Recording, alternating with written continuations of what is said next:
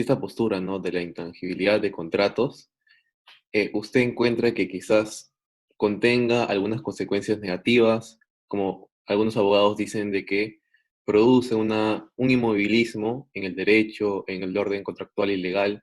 ¿Cuál es su opinión al respecto?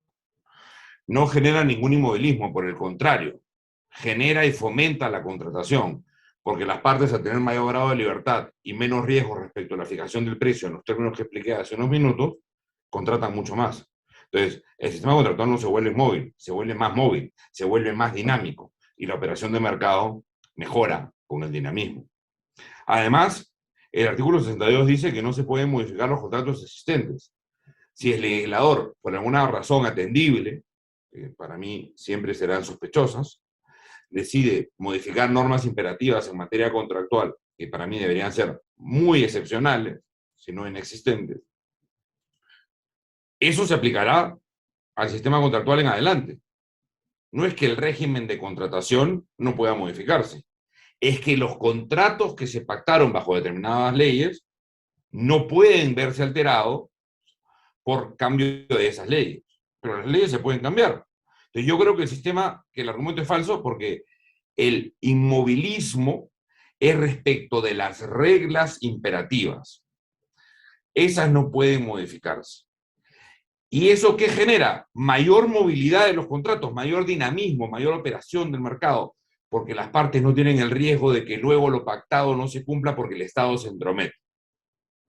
Además, eso no quita que si el legislador creyese que hay nuevas normas imperativas que, que emitir, o normas imperativas que modificar, o normas imperativas que eliminar, lo que pasará es que eso se aplicará a los contratos que se celebren desde el día en que esa ley se da en adelante, ¿no es cierto?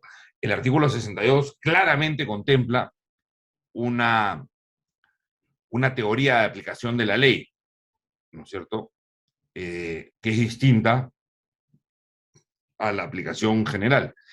Y es que respecto a esos contratos, la ley no se aplica de inmediato, no se puede aplicar. ¿Y por qué? Tiene una razón de ser. La razón de ser es histórica. Veníamos de gobiernos donde la regla era la anterior y habíamos tenido inflación, poco crecimiento económico, incremento de la pobreza, y con este artículo de la Constitución, ¿qué tuvimos? La pobreza se redujo a la mitad, tuvimos un crecimiento económico exponencial, eh, tanto a nivel rural como a nivel urbano. Entonces, las cifras de la Constitución demuestran que dentro de las medidas económicas que se adoptaron, esta de permitir una contratación que no pueda ser violada o modificada por el Estado, fue, en términos económicos, excelente. Por lo que, contrariamente al argumento teórico y falso de que se genera la inmovilidad del régimen contractual, la respuesta es que no, se genera su dinamismo, ¿no? El artículo 62 de la Constitución es un artículo muy importante que trae mucho beneficio al país, por los motivos que he expuesto hasta hace un minuto, y es que un régimen que permita la intromisión del Estado en los pactos que libremente hacemos las personas es un régimen indeseable que no responde en realidad al rol del Estado. El rol del Estado no está en decirme en qué términos puedo contratar. Para eso las personas somos libres y somos responsables. El rol del Estado, y a lo que el Jus Imperium se debe referir, es a generar paz, seguridad, administración de justicia y en todo caso intervenir subsidiariamente en aquellos aspectos que el Estado, que el sector privado no puede proveer de manera completa. Pensar más aún en este momento que el rol del Estado debe ser distinto a ese, cuando no puede cumplir ese rol pequeño que se le ha asignado, es desde un punto de vista económico incorrecto y desde un punto de vista moral absurdo. Es decir, el Estado que no puede proveer educación de calidad, ¿me puede decir cuáles son los términos de una garantía contractual cualquiera? ¿Me puede decir cuál es el plazo máximo de un contrato? El Estado que no puede poner policías en las calles para cuidar a los ciudadanos, ¿me puede decir cuál es el tope a una penalidad?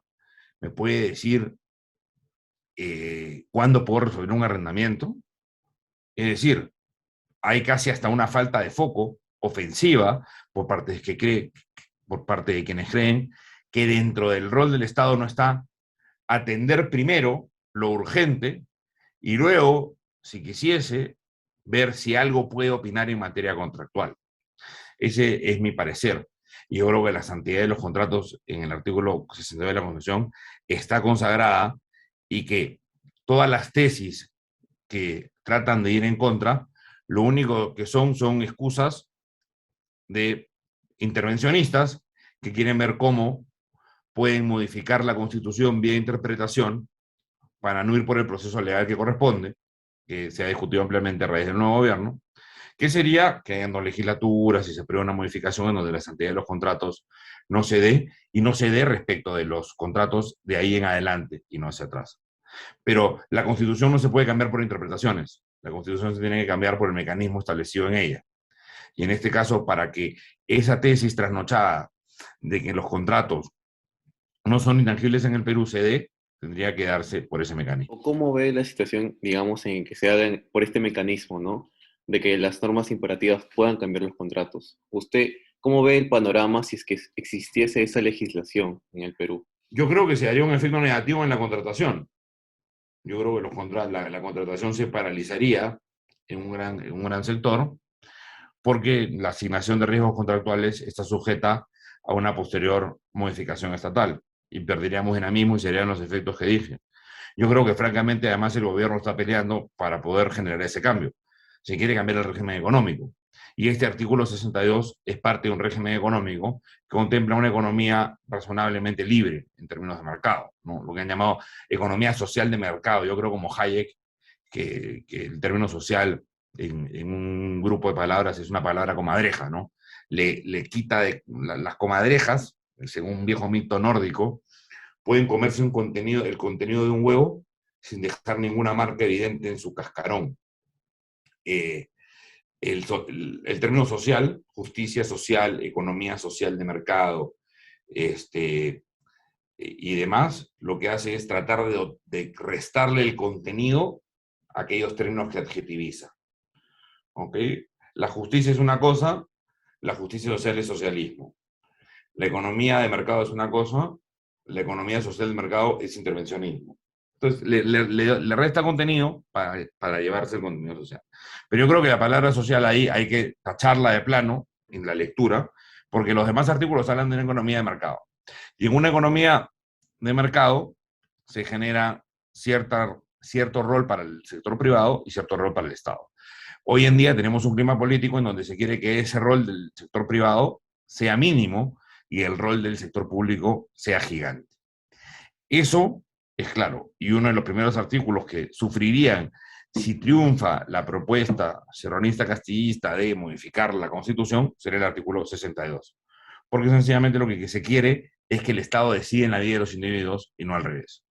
Yo, naturalmente, estoy en contra de eso. Solamente agradecerle a IUS 360 y a IUS Veritas. Para mí es un placer poder colaborar con ustedes y espero esta no es la primera vez que colaboro con ustedes, espero que no sea la última, les estoy muy agradecido.